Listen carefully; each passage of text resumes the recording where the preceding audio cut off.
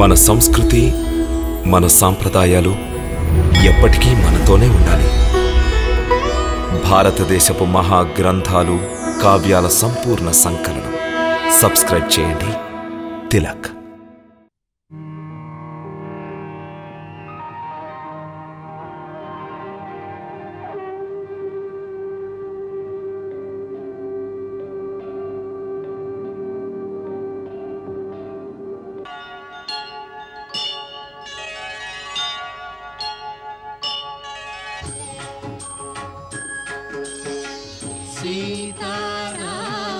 सीतारामचरितमपि रम्यम् मधुर मधुर शुभ श्रवणानन्दम्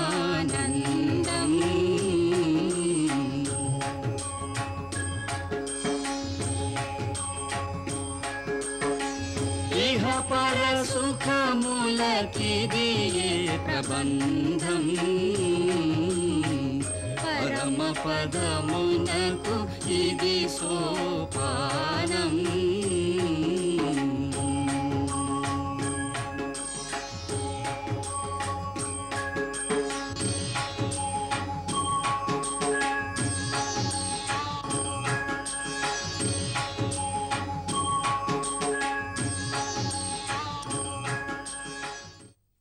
ఇది మన భక్తి విశ్వాసాలు తెలిసే కాలం.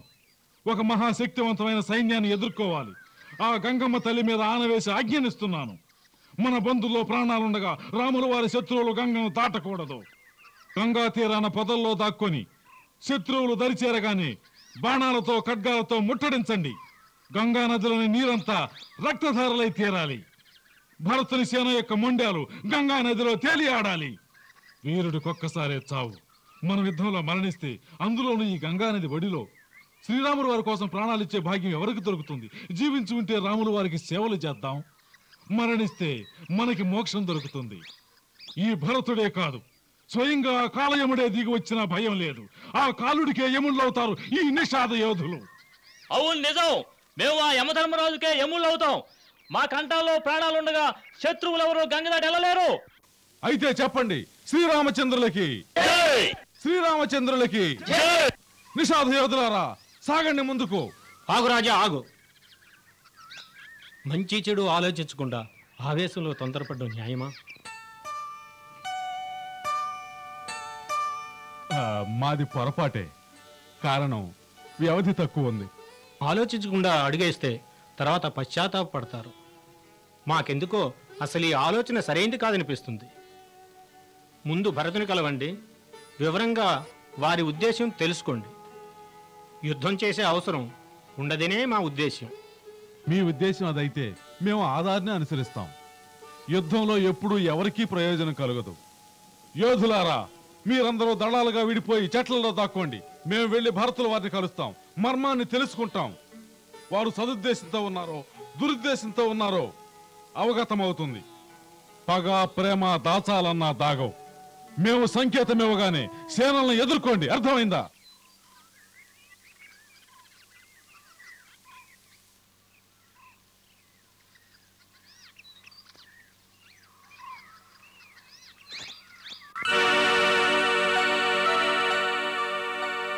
దాక్కోండి.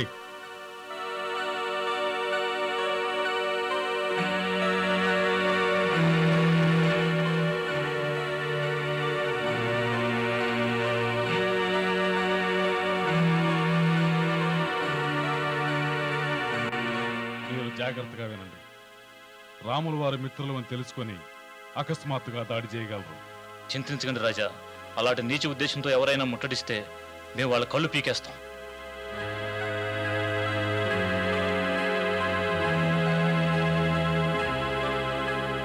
రాజకుమార, ఇది శృంగేరీపురం.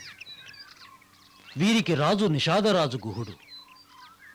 శ్రీరామచంద్రులకు పరమ మిత్రుడు. శ్రీరామచంద్రులు మిత్రుడిగా కాక సోదరుడిగా భావిస్తారు. ఏమిటి? రామచంద్రులు వీరికి సోదర సమానులా? అయితే వీరు కూడా మాకు రాముల వారితో సమానం. ఆర్యసమంతా మేము వెంటనే వారిని దర్శించాలి. అయోధ్య మహారాజు భరతుల వారికి ప్రణామం. ఈ నిషాద గుహుడు ఆహ్వానిస్తున్నాడు. స్వాగతం మహారాజా, స్వాగతం. అదుగో వారే వచ్చేశారు.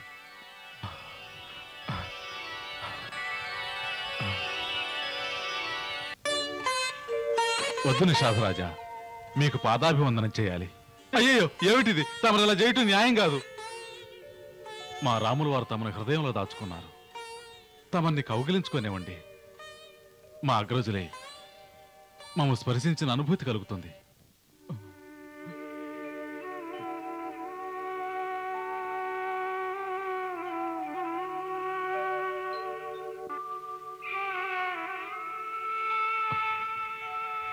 మాకు ఆ యోగ్యత పోయిందనుకుంటా. అవునా? మాకీ ప్రాయశ్చిత్తం కావాలి. అయ్యో వద్దు మహారాజా, వద్దు. మమ్మ క్షమించండి. మేము పొరపడ్డాం మహారాజా, మేము పొరపడ్డాం. మేము అపరాధం చేశాం. మీ గురించి చాలా నీచంగా ఊహించాం మహారాజా. మమ్మ క్షమించండి. మేము పాపురం మహారాజా, పాపురం. అయ్యో, శ్రీరాముల వారి సోదరుల గురించి మేము ఇంత నీచంగా ఊహించామే. మేము మహాపాపులం మహారాజా. మేము ఘోర అపరాధం చేశాం. మమ్మ క్షమించండి మహారాజా. మేము గురించి తెలుసుకోలేకపోయాం. తమరు నిజంగా రాముల వారి ప్రతిరూపం. మా అగ్రజులు రాముల వారి వలె చాలా ఆప్యాయత కలిగి ఉన్నారు. శత్రుఘ్న, వీరికి పాదాభివందనం చేయి. రాముల వారికి చెప్పి మాకు క్షమాభిక్ష పెట్టిస్తారు. అయ్యో వద్దు రాకుమారా, వద్దు. ప్రణామం మంత్రివర్య. శ్రీరాముల వారు ఏనాడో చెప్పారు మా భరతుడు మహాపురుషుడని. నిజమే. మా అగ్రజులు గుర్తుంచుకున్నారా? వారిక్కడ నిద్రించిన రాత్రి ఆ గడ్డి పరుపుల మీద పడుకొని రాత్రి అంతా మీ గురించే తలుచుకున్నారు. గడ్డి పరుపులా? మా అగ్రజులు గడ్డిపై శయనించారా? అదిగో అక్కడే ఆ వటవృక్షం కింద గడ్డి పరిచుందే, దాని మీదే తండ్రి రామయ్య, మాత సీత ప్రశాంతంగా నిద్రించారు.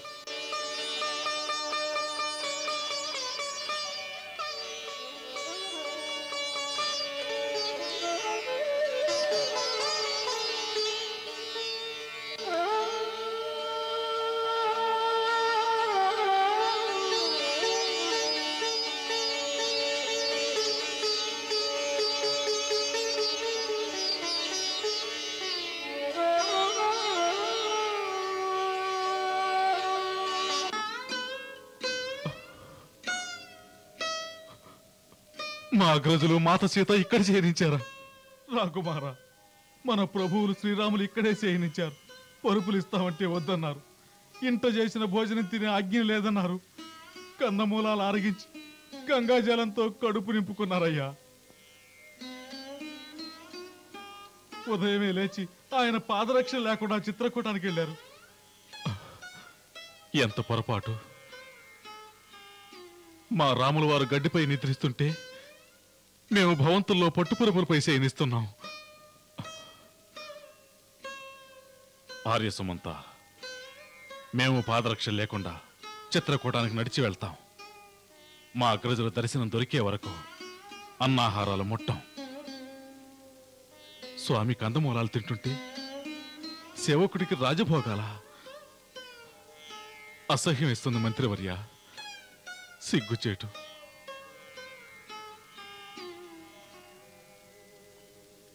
లెస్స పలికారు రాజా. తమ వంటి రామభక్తులు ఈ లోకంలో మరొకరెవ్వరూ ఉండరు. మనం భరతుని వంటి మహాపురుషుని అనవసరంగా సందేహించాం. ఇలాంటి పరమత్యాగమూర్తులు ఈ ధరణిపైన యుగానికి ఒక్కరే జన్మిస్తారు. ఇంత విశాల సామ్రాజ్యాన్ని తృణంగా భావించి ఛేదించారు. విధిలీలలు విచిత్రంగా ఉంటాయి. కైకేయి లాంటి విషపూరిత వృక్షానికి అమృతంలాంటి ఈ ఫలం ఎలా ఉద్భవించింది? కైకేయికి కళంకం రావాలని రాసిపెట్టింది. అందుకే ఆ మందర మాటలకు లోనై ఇంత పెద్ద కళంకాన్ని సృష్టించింది. లేకుంటే ఆ విధాత ఇలా ఏ కారణార్థమై కైకేయి బుద్ధిని హరించాడో. విడ్డూరం కాక ఏంటి? పాపం ఆమెకు తన పుత్రుని గుణం తెలీదా? లేక రాముడంటే వాత్సల్యం లేదా? ఆమె భర్త సుఖం కోరుకునేది కాదా? పెద్దలు ఊరికే అన్నారా విధి వక్రించడానికి ముందు తెలివి మందగిస్తుంది అని? ఇప్పుడు పశ్చాత్తాపం కలిగి ఏం లాభం? పావనమైన గంగా నది ధరణిని దాటి వెడలేనే భరతుడు తాని ఆ పరమాత్ముని లీలా వినోదం కాపాడేను ఇలలో ధర్మం పుణ్య ప్రయాగకు వందనం చేసి భరద్వాజాశ్రమం భరతుడు చేరే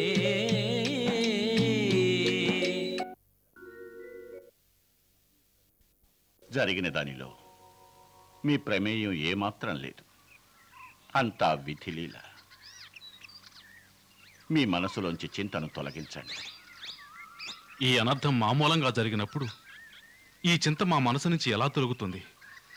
మునివర్య, అయోధ్య రాజవంశం మీద ఇంతకు ముందెన్నడూ ఇలాంటి విపరీతం జరగలేదు. విపరీత సమయంలోనే ఒక జాతి లేదా వంశం యొక్క సభ్యత, సంస్కృతి పరీక్షింపబడతాయి భరత.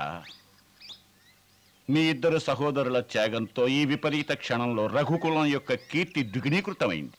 హే భరద్వాజ మహర్షి, అగ్రజులు రామచంద్రుల వారికి మేము రాజ్యాభిషేకం చేయాలనుకుంటున్నాం. తమరు మమ్మ ఆశీర్వదించండి. చింతించకు వత్స.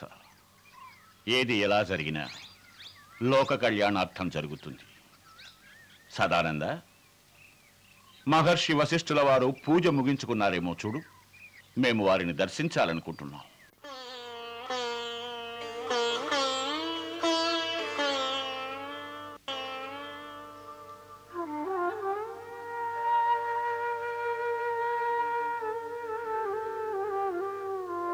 నాథ, నేడు మేమొక విచిత్ర స్వప్నాన్ని గాంచాం. ఏమిటది? భరతుల వారు చతురంగ బలాలతో ముందుకు సాగుతున్నారు. అందరి ముఖాలు దీనంగా ఉన్నాయి. ఎంతో విచారంగా ఉన్నారు. ఈ స్వప్నం శుభసూచకం కాదు దేవి. మాకు భరతుని చింత ఉంది. అతడు మా వియోగంలో రోగిష్టి కూడా కావచ్చు. మే అడవిలోకి వెళ్ళి కట్టెలు కొట్టి తెస్తాం. లక్ష్మణ, త్వరగా తిరిగి రావాలి. మాకు చింతగా ఉన్నది. సీత ఒక దుస్వప్నం గాంచిందట. ఏమిటి దుస్వప్నమా? అనుజుడు విచారంగా ఉన్నాడని. వాడికి ఏమిటి విచారం? వాడికి ఈ పాటికి పట్టాభిషేకం జరిగి ఉంటుంది. ఆనంద డోలికల్లో తేలుతూ ఉంటాడు. నీవతడిని ఎరుగవు లక్ష్మణ. అతడికి మా ఎడల ఎనలేని అనురాగం ఉంది. ఆ అమాయకుడు ఏడుస్తూనే రాజ్యాభిషేకం చేయించుకుని ఉంటాడు. మాతాశ్రీ పితాశ్రీ ఆజ్ఞలను ఎదిరించలేక. తమరు తమలా అందరినీ సరళ స్వభావాలే అనుకుంటున్నారు. ఈ లక్ష్మణునికి బాల్యం నుండి భరతునితో గొడవే. ఇరువురికి మీ ఎడల తరగని అనుబంధం ఉంది.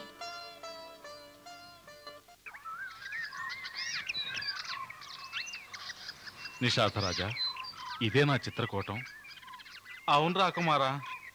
తక్షణమే మనం అగ్రజుల వారి కుటీరం ఎక్కడో తెలుసుకోవాలి. తమరు చింతించకండి రాకుమారా. మేము మనుషులను పంపించాం. క్షణాల్లో తెలుసుకుని వస్తాం. రాకుమారా, రాకుమారా, రాకుమారా, రాముల వారి కుటీరం తెలుసుకున్నాం. అది ఇక్కడికి చాలా దగ్గరలోనే ఉంది. అదిగో అక్కడ అందంగా కనిపిస్తుంది చూసారా? అదే వారి కుటీరం. అక్కడ శ్రీరామచంద్రులు, లక్ష్మణస్వామి, మాతా సీత నివసిస్తున్నారు. ఏమిటి, మా అగ్రజులు అక్కడున్నారా? నడవండి. గురుదేవా, మీరు ఈ మెట్టపల్లాల్లో త్వరగా నడవలేరు. మీరు నిదానంగా రండి. మిగతా వారందరూ ఇక్కడే విశ్రాంతి తీసుకోండి. రండి, నడవండి.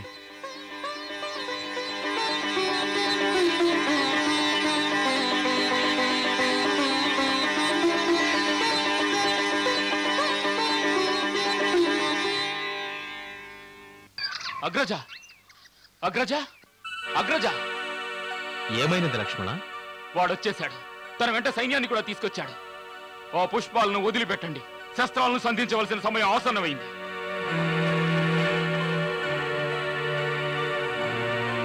అదృష్టం కొద్దీ వాడు నాకంట పడ్డాడు. ఇక ప్రాణాలతో వాణ్ణి వదలను. ఏమైనది లక్ష్మణ?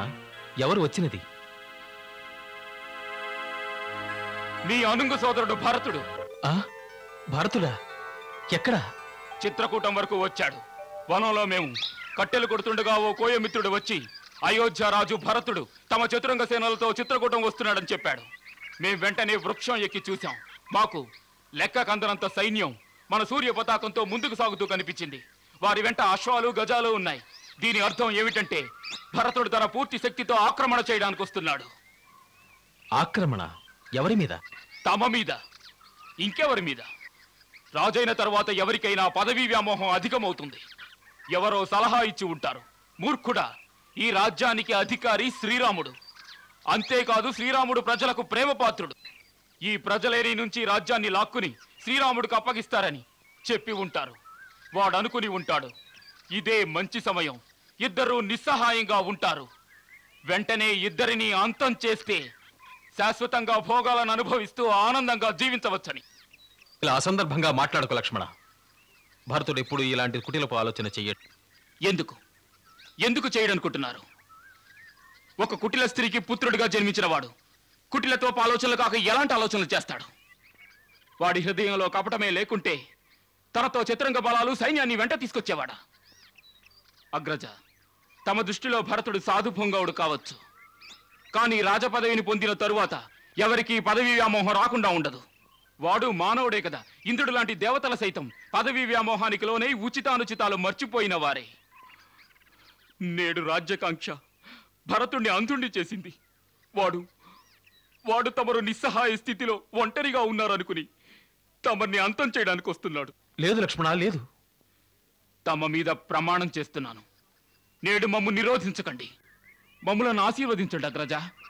మేము క్షత్రియ కులంలో జన్మించి ఉంటే, మేము రఘువంశీలమైతే నేడు ఆ ఇరువురు రణరంగంలో మా చేతుల్లో అంతం అవుతారు. ఏ విధంగా ఒక సింహం జింకను కబళించి వేస్తుందో అదే విధంగా వారి చతురంగ సేనను సర్వనాశనం చేస్తాం. అప్పుడే మా ధనుస్సు కీర్తి శిఖరాగ్రహాన్ని అంటుతుంది. అగ్రజ, ఒకవేళ సాక్షాత్తు శంకరుడే ఆ భరతుణ్ణి రక్షించడానికి వచ్చిన మేము శ్రీరామచంద్రుల ఆశీర్వాదంతో ఆ భరతుణ్ణి అంతం చేస్తాం.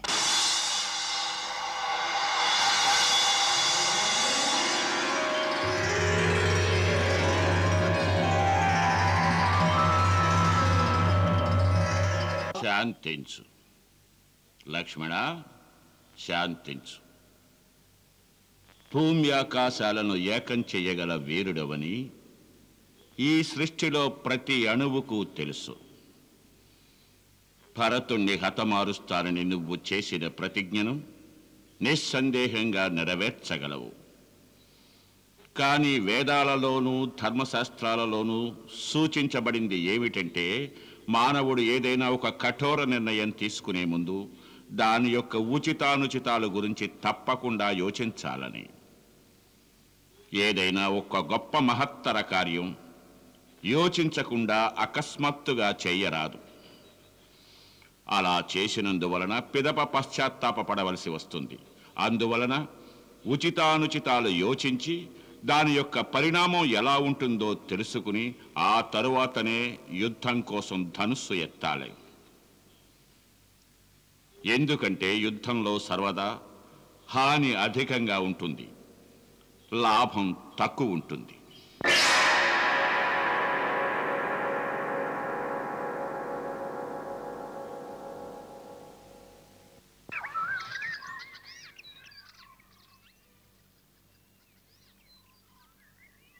లక్ష్మణ, అశరీరవాణిని విన్నావుగా. ఎవరైతే ఉచితానుచితాలు యోచించకుండా తొందరపడతారో వారు తరువాత చింతిస్తారు. మాకు నీ వీరత్వం మీద, నీ పరాక్రమాల మీద కించిత్తైనా సందేహం లేదు. క్రోధావేశంలో భరతుణ్ణి హతమార్చగలవు. తరువాత నీ సందేహం పొరపాటని భరతుడు నిర్దోషిని తెలిస్తే భరతుణ్ణి సజీవుణ్ణి చేయగలవా? కానీ అగ్రజ, కళ్లకు కట్టినట్టు గోచరిస్తుంటే సందేహం ఎలా అవుతుంది? ఒక్కొక్కసారి కళ్ళతో చూసింది కూడా సత్యం కాదు. రాజపదవి మీద ప్రలోభం సాధారణ మానవునికి ఉండొచ్చు, ఇంద్రుడి లాంటి దేవతలకు ఉండొచ్చు. కానీ భరతుడికి నిస్సందేహంగా అలాంటి వ్యామోహం లేదు. అతడు మానవ రూపంలో ఉన్న మహానుభావుడు. క్షీరసాగరంలో ఉప్పు గిలుక వేసినంతలో ఆ నీరు ఉప్పు నీరుగా మారుతుందా? అదేవిధంగా ఒక అయోధ్యే కాదు, త్రిలోకాలు ఇచ్చిన భరతుడి గుణం దిగజారదు. ఎప్పటికీ అతనికి పదవీ వ్యామోహం ఆవహించదు. తమరి సాధు స్వభావమే మన రాజ్యాన్ని కోల్పోవడానికి కారణమైంది. ప్రజలంతా మీ వెంట ఉన్నారు. మీరు ఒక్క సంకేతం ఇచ్చి ఉంటే ప్రజలే తమకి పట్టాభిషేకం చేసి ఉండేవారు అగ్రజ. ప్రజాబలం ఉందని పితాశ్రీ వాగ్దానాలు అసత్యం కావాల్సింది నా లక్ష్మణ. పితాపుత్రుల అనుబంధాన్ని ప్రజాబలంతో కొలవకూడదు. అలాగే సోదరుల మధ్య వివాద పరిష్కారాలు ఆయుధాలతో చెయ్యకూడదు. భరతుణ్ణి హతమార్చి రాజ్యాన్ని ఛేదించుకోవాలని యోచిస్తున్నావే కాని ఒక్కసారి ఆలోచించు, దాని పరిణామం ఎలా ఉంటుందో. మన సోదరులు లేకుండా భోగాలలో మనకు ఆనందం కలుగుతుందా? మా సుఖంలో మా సోదరులు పాలు పంచుకోలేదంటే ఆ సుఖం మాకు విషంతో సమానం. ఒకవేళ నీకు రాజ్యాకాంక్షే ఉంటే మేము నీ మీద ప్రమాణం చేసి చెప్తున్నాను లక్ష్మణ, మా ఒక్క సంకేతంతో భరతుడు రాజ్యాన్ని నీకిస్తాడు. అంత మాట అనకండి. మాకు రాజ్యాకాంక్ష ఎన్నడూ లేదు. మరి ఒకవేళ భరతుడి మనసులో మీపై కపటం ఉండి తమరిని ముట్టడి చేస్తే? తననే ముట్టడి చెయ్యని. అతడు మనకు రాజు. మా రాజుకు వ్యతిరేకంగా మేము శస్త్రాలు సంధించాం. అగ్రజ, అగ్రజ, అగ్రజ, తమ శరణి కోరి వచ్చాం అగ్రజ, మమ్మ అనుగ్రహించండి.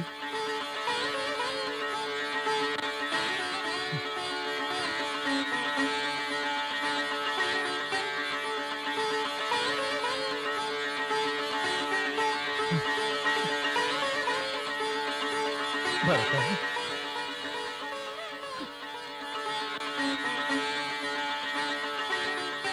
భరత, భరత, భరత, భరత. వద్దు అగ్రజ, ఈ పాపాత్ముడి కారణంగానే మీకు ఈ దుర్దశ. మమ్మ అనుజ అని పిలవకండి. మాకిప్పుడు అర్హత లేదు.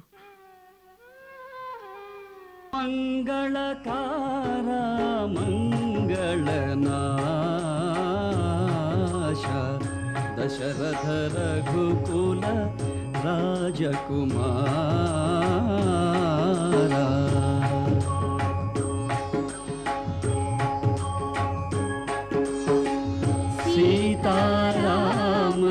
సీతారామచరితమపి రమ్యం మధుర మధుర శుభ శ్రవణ